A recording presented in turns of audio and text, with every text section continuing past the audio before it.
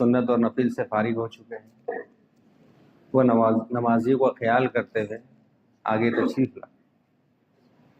جو باہر ہے وہ اندر آ جائے، جو دور ہے وہ قریب آ جائے، کہ جتنے جلدی مجمع جڑ جائیں گا اتنے جلدی ماشاءاللہ ہمارے سامنے اللہ اس کے رسول کی مبارک دین کی محنت کی باتیں ساری کی ساری آ جائیں گی ماشاءاللہ۔ بہت خوب۔ اس گئے گزرے زمانے میں جو ایک سنت پر عمل کرے گا اللہ رب العالمین 100 شہیدوں کا ثواب دیں گے۔ اور صحابہ کی سب سے بڑی سنت مل کر بیٹھنا تھا۔ کیسے بیٹھنا تھا؟ مل کر بیٹھنا تھا۔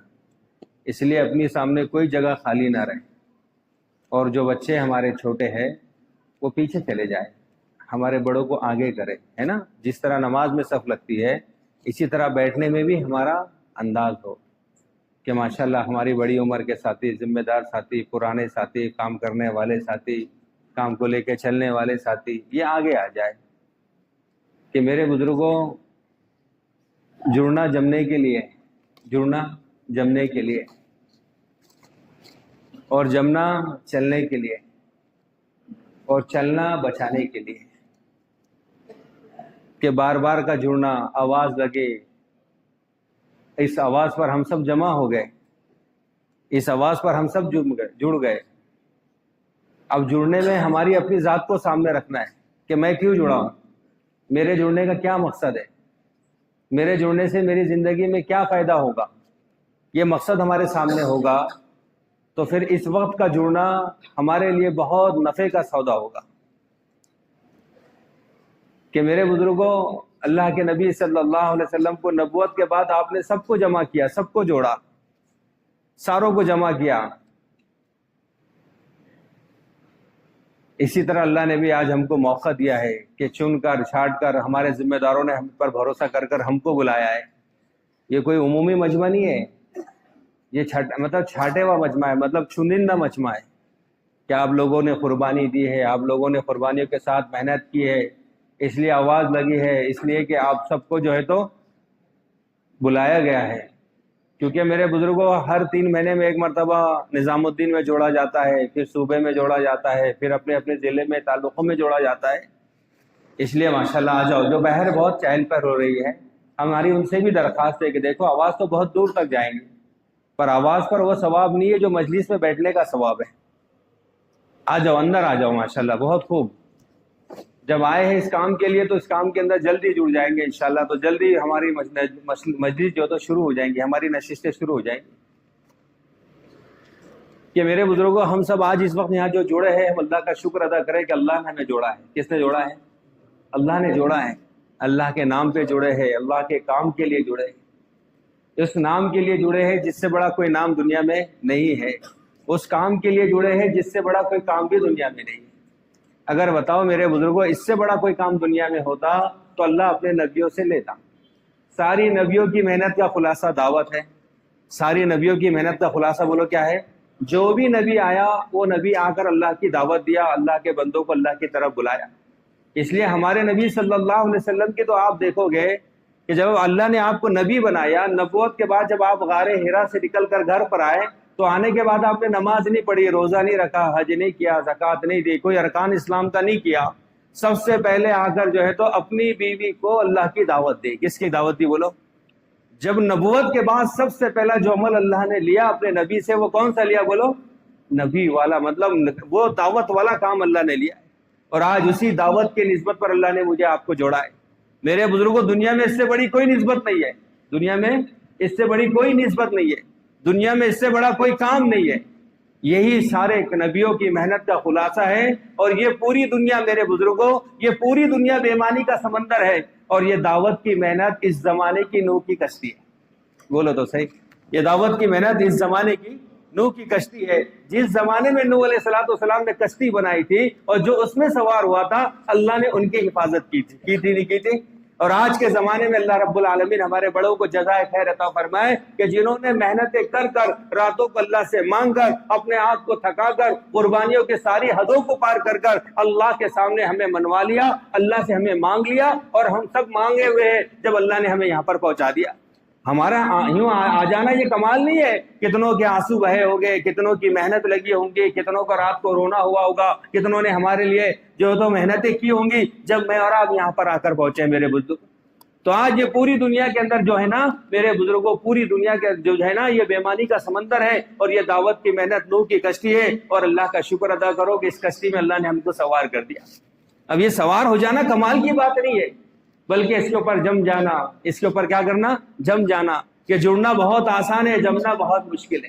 جڑنا کیا ہے بولو، بہت آسان ہے، جمنا بہت مشکل ہے۔ اس لیے اللہ سے مانگا کرے، اے اللہ یہاں تک کہ نبھایا ہے موت تک کے نبھا لے۔ جی کہاں تک نبھا لے؟ موت تک کے نبھا لے۔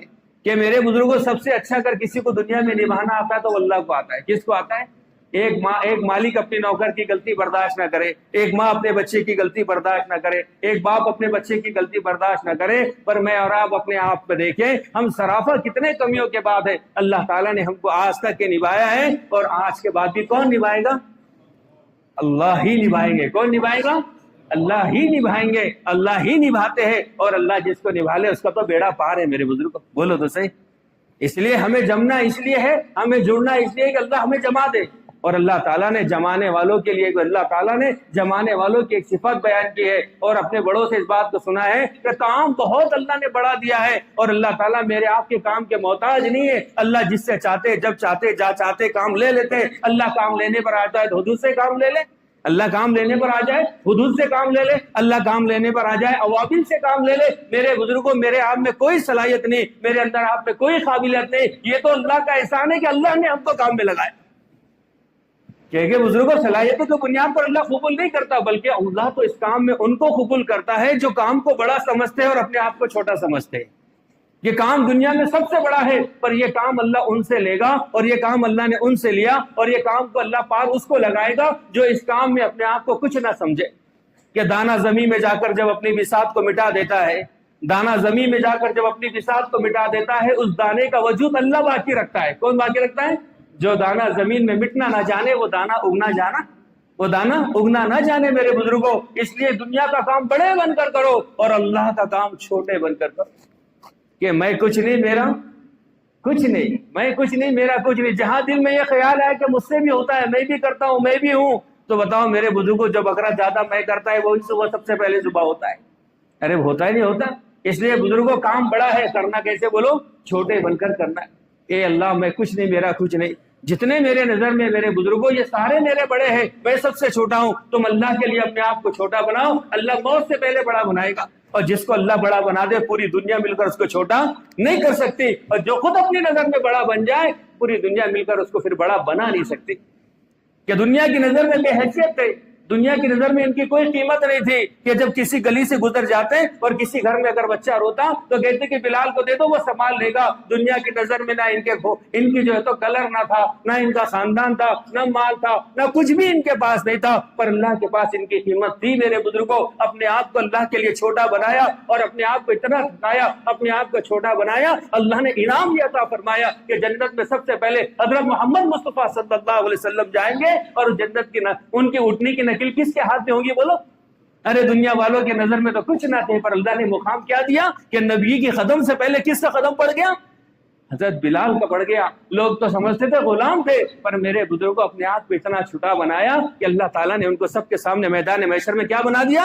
بڑا بنا دیا۔ اس لیے بزرگوں اس کام کو کرنے کے زمانے میں ہم اس بات کا دھیان خوبی سے رکھے کہ میرے بزرگوں میں کچھ بھی نہیں، میرا کچھ بھی نہیں۔ کہ جتنا اس کام میں اپنے آپ کو چھوٹا بناؤ گے اللہ تعالیٰ اتنا ہمیں بڑا بنائے گا۔ اور ہمارا بڑا بننا میرے بزرگوں یہ زندگی میں نہیں، ہمارے جنازوں پر بتائے گا۔ کیا بھی بتائے گا؟ جنازے ہمارے بتائے گے کہ جب آدمی اس محنت کو چھوٹا بن کر کرے گا، اللہ اس کو اپنے پاس اس حال میں بلائے گا کہ اس کا سر سجدے میں ہوگا۔ اللہ تعالیٰ اس کو اس حال میں بلائے گا کہ اللہ کے راستوں کے دین کے تقاضے پر ہوگا، اللہ کے نام کو بلند کر رہا ہوگا، اللہ کے پیغام کو کناروں میں پہنچا رہا ہوگا، اللہ کے دین کے لیے بھٹک رہا ہوگا، تو اس حال میں اللہ اس کو اپنے پاس بلائے گا۔ میرے بزرگوں، ہم اس کام سے دنیا میں کچھ نہیں چاہتے، ہم عزت نہیں چاہتے، ہم واہ واہ نہیں چاہتے، ہم شہرت نہیں چاہتے، ہم مقبولی نہیں چاہتے، اس کام سے تو بس اللہ سے اتنا چاہتے، اے اللہ اس حال میں اپنے پاس بلا کہ تو ہم سے راضی ہو جا اور ہمیں راضی کرنے والے اعمال کی توفیق دے دے۔ اور کیا چاہیے اس کام سے میرے بزرگوں، بتاؤ تو صحیح۔ اس کام سے ہم کسی سے کچھ نہیں چاہتے، ہم جو چاہتے وہ اللہ سے چاہتے۔ کس سے چاہتے بولو؟ ارے دنیا کا کام کوئی دنیا کا نوکر اگر مالک کا صحیح کر دے تو دنیا کا مالک پھر اس کے اوپر جو ہے تو خوش ہو جاتا ہے، یہ تو آقاؤں کا آقا ہے، یہ تو داتاؤں کا داتا ہے، ارے دینے کو آ جائے تو ہندا کو رضی اللہ تعالیٰ نے بنا دے، ادا دینے پر آ جائے تو خالد کو سیف اللہ کر دے، ارے دنیا میں سب سے بڑے انسان اللہ مجھے معاف کر دے میری نظر میں تھے، اللہ کے نبی کو مارنے کے در پہ تھے، پر اللہ نے ان کو کیا بنا دیا بولو؟ اس لیے میرے بزرگوں کام بڑا ہے، کرنا چھوٹے بن کر۔ کیسے کرنا ہے بولو؟ چھوٹے بن کر کرنا ہے۔ ہم اس کام کے لیے جتنا اپنے آپ کو چھوٹے بنائیں گے، اب بڑا ہے تو اللہ ہی بنائیں گے۔ بڑے کون بنائیں گے بولو؟ اور جس کو اللہ بڑا بنا دے پوری دنیا مل کر اس کو چھوٹا کر سکتی ہے؟ پوری دنیا مل کر اس کو چھوٹا نہیں کر سکتی۔ حضرت صدیق اکبر رضی اللہ تعالیٰ کو اللہ نے بڑا بنایا۔ حضرت عمر کی چاہت تھی کہ زندگی بھر میں ان کو اعمال کے اندر پیچھے کر دوں، پر جس کو اللہ آگے رکھے اس کو کوئی پیچھے لا سکتا ہے؟ ایک مرتبہ صحن میں کھڑے تھے اللہ کے نبی صلی اللہ علیہ وسلم، آپ صلی اللہ علیہ وسلم کے ساتھ امی جان عائشہ رضی اللہ تعالیٰ کھڑی تھی۔ امی جان عائشہ رضی اللہ تعالیٰ نے آسمان کی طرف نگاہ اٹھا کر کہا، اے اللہ کے نبی، یہ زمین پہ آسمان پہ جو تارے نظر آ رہے ہیں، کیا اتنی نیکیوں کے مالک دنیا میں کوئی ہے؟ اتنی نیکیوں کے مالک دنیا میں کوئی ہے؟ اللہ کے نبی صلی اللہ علیہ وسلم نے فرمایا، اتنی نیکیوں کے مالک دنیا میں ہاں ہے۔ کہنے لگے گا ابو جان وہ کون ہے؟ کون خوش قسمت ہوگا جو اتنی نیکیوں کے مالک ہوں گے؟ تو آپ نے فرمایا وہ حضرت عمر ہے۔ کون ہے بولے؟ وہ حضرت عمر ہے۔ جیسے سنا تو آنکھیں نیچے ہو گئی، زبان خاموش ہو گئی۔ اللہ کے نبی سمجھ گئے کیا بات ہو گئی، آپ خاموش ہو گئی۔ کہنے لگے ابو جان کہنے لگے اللہ کے نبی، میں یہ سمجھ رہی تھی کہ یہ ساری نیکیوں کے مالک تو میرے ابو ہوں گے، اور آج حضرت عمر میرے ابو سے آگے نکل گئے۔ تو اللہ کے نبی صلی اللہ علیہ وسلم نے ایک بات فرمائی کہ حضرت عمر کی ساری زندگی کی نیکی اور ابو بکر کی ایک رات برابر نہیں ہو سکتی۔ کس نے آگے رکھا ان کو بولو تو صحیح؟ اللہ نے آگے رکھا ہے میرے بزرگوں، اللہ نے آگے رکھا ہے۔ حضرت عمر کون تھے؟ حضرت عمر وہ تھے جس راستے سے وہ گزر جاتے شیطان اس راستے سے نہیں گزر جاتا۔ 24 قرآن کی آیتیں اللہ تعالیٰ نے ان کے منشے کے مطابق آسمانے سے اتاری۔ ارے دیکھو تو صحیح، حضرت علی کا فرمانا ہے کہ حضرت علی کا فرمانا ہے کہ دور ہے کہ میں اپنے دور کے اندر خواب دیکھا، میں نے خواب دیکھا۔ حضرت عمر کے دور میں میں نے خواب دیکھا، میں نے خواب یہ دیکھا کہ اللہ کے نبی صلی اللہ علیہ وسلم مسجد نبوی میں آئے اور آپ نے فجر کی نماز پڑھائی، اور فجر کی نماز کے بعد کوئی کھجوروں کا خوشہ انگور آپ کے پاس آیا، آپ نے ساری نمازوں میں جتنے ساتھی تھے سب کو تقسیم کیا۔ میں نے بھی وہ کھجور میرے بھی حصے میں آئی، میں نے اس کو کھایا تو مجھے اس کا بہت لذت بہت مزہ مجھے اس کو آیا۔ میں نے سوچا کہ اتنی اچھی کھجور ہے، کیوں نہ میں جا کر حضرت بی بی فاطمہ کے لیے مانگ لوں۔ میں اللہ کے نبی کے پاس گیا خواب میں اندر، اور میں نے اللہ کے نبی سے مانگا تو اللہ کے نبی نے کہا، اے علی سب کو دو تو تم کو بھی دو، جتنے سب کو دیے اتنی آپ کو دو گے۔ میرا خواب ٹوٹا، میں مسجد آیا، آ کر دیکھا حضرت عمر امام بنے، آپ نے نماز پڑھی، نماز کے بعد وہی کھجوروں کا خوشہ آپ نے تقسیم کیا۔ میں بھی سوچا کہ ماشاءاللہ وہی کھجوریں جو میں نے خواب میں دیکھی تھی، وہی نماز اللہ کے نبی نے جو خواب میں پڑھائی تھی صورتیں وہی حضرت عمر نے پڑھائی۔ میں ان کے پاس گیا اور جانے کے بعد میں نے ان سے کہا کہ کیا ایک اور مجھے کھجور ایکسٹرا ملے گی تاکہ میں گھر لے کے چلے جاؤں؟ تو میرے بزرگوں وہ حضرت عمر نے فرمایا، جب اللہ کے نبی نے تمہیں ایک دیا تو میں دوسرا دینے والا کون ہوتا ہوں؟ حالانکہ اتنے بڑے تھے، پر حضرت ابو بکر صدیق کی وہ ایک نیکی میرے بزرگوں حضرت عمر کی ساری زندگی کی نیکی پہ بھاری پڑ گئی۔ کیا نیکی تھی ان کی، اور کیسی نیکیوں کے مالک تھے میرے بزرگوں، کیونکہ ان کے سامنے اپنی قبر تھی۔ جب آدمی کے سامنے اپنی قبر ہوتی ہے نا، ہر عمل کو وہ اللہ کے دھیان کے ساتھ کرتا ہے، ہر عمل کو وہ آخری عمل سمجھ کر کرتا ہے، ہر عمل کو پورے توجہ کے ساتھ متوجہ اللہ ہو کر وہ کرتا ہے۔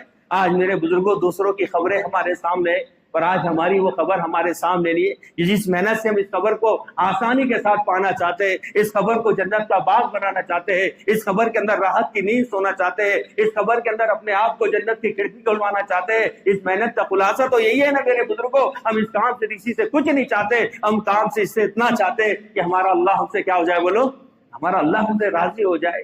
میرے بزرگوں، اللہ کا راضی کرنا ہم سب کی سب سے بڑی ذمہ داری، ہم سب کی سب سے بڑی ضرورت۔ ہم سب کو اللہ تعالیٰ نے موقع دیا ہے، ہم سب کو اللہ تعالیٰ نے ابھی موقع دیا ہے کہ ہم اپنے عملوں کے اندر، اپنے عمل کے اندر اس بات کا دھیان رکھیں کہ یہ کام میں کیوں کر رہا ہوں، یہ کام کرنے کا میرا مقصد کیا ہے، یہ کام کرنے میں مجھ سے کیا اطاعت میں کوئی کمی تو نہیں آ جائے۔ میرے بزرگوں، جب آدمی مقبول ہوتا ہے نا تو سب سے پہلے اس کے اندر جو آتی ہے نا وہ اطاعت آ جاتی ہے۔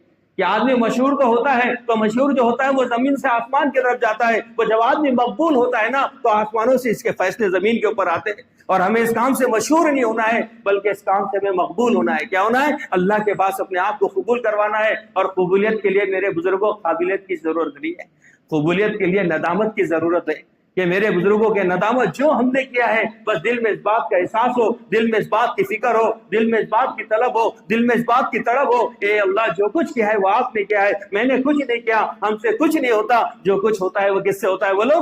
ہمارے کرنے سے کچھ نہیں ہوتا، ہماری محنتوں سے کچھ نہیں ہوتا، ہماری کوششوں سے کچھ نہیں ہوتا، جو کچھ بھی ہوتا ہے وہ اللہ کے کرنے سے ہوتا ہے۔ اور میرے بزرگوں، جب یہ نظر میں ہوگا اور جب یہ دل میں ہوگا اور جب یہ فکر میں ہوگا تو آدمی کام بڑا کرے گا اور بڑے بڑے کام کر کے پھر یہ اپنے آپ کو کچھ نہ کرے گا کہ دیکھو طائف کے اندر آپ نے محنت گھاس ادا کر دیا اور طائف کے اندر کوئی گھر نہیں چھوٹا، کوئی فرد نہیں چھوٹا، ہر ایک کو جا کر اللہ کا پیغام پہنچایا، ہر ایک تک جا کر اللہ کی بات کو پہنچایا۔ اور جب طائف سے واپسی آ رہے تو اللہ تعالیٰ سے دعا مانگ رہے، اے اللہ اگر تو ناراض نہیں ہے تو مجھے کسی کی پرواہ نہیں ہے، اے اللہ اگر تو مجھ سے ناراض نہیں ہے تو مجھے کسی کی پرواہ نہیں ہے، جب تک کہ تو راضی نہ ہو جائے، جب تک کیا تو نہ ہو جائے، جب تک کہ تو راضی نہ ہو جائے۔ حالانکہ میرے بزرگوں، اللہ کے بعد اگر کوئی بات مرتبہ ہے وہ ہمارے نبی حضرت محمد مصطفیٰ صلی اللہ علیہ وسلم ہے، پر طائف والوں نے کوئی استقبال نہیں کیا، طائف والوں نے کوئی ان کا انتظام نہیں کیا، طائف والوں نے کوئی ان کا ساتھ نہ دیا، پر اتنی مشکلوں کے بعد اتنی دعوت کی محنت کے سارے تقاضوں کو پورا کیا۔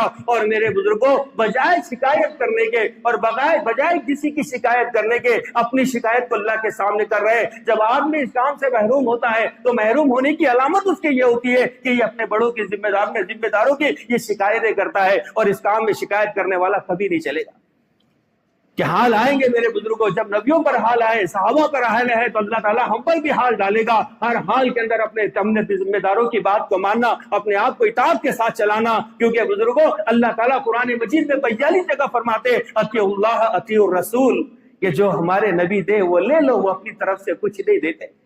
اس کام کے اندر میرے بزرگوں یہ وہ پرانا نہیں ہے کہ جس کے چلے چار مہینے بہت زیادہ لگے، بلکہ اس کام کا پرانا وہ ہے، اس کام کا کامیاب وہ ہے جس کے اندر اطاعت کا مادہ ہو، اطاعت کے ساتھ چلنے کا جذبہ ہو، اطاعت کے ساتھ چلنے کی فکریں ہو، اطاعت کے ساتھ چلنے کے لیے اپنے آپ کی قربانی کی سطح کو بڑھا رہا ہے۔ کیونکہ میرے بزرگوں اطاعت کے ساتھ چلنے والے استقامت کے ساتھ دنیا سے جائے،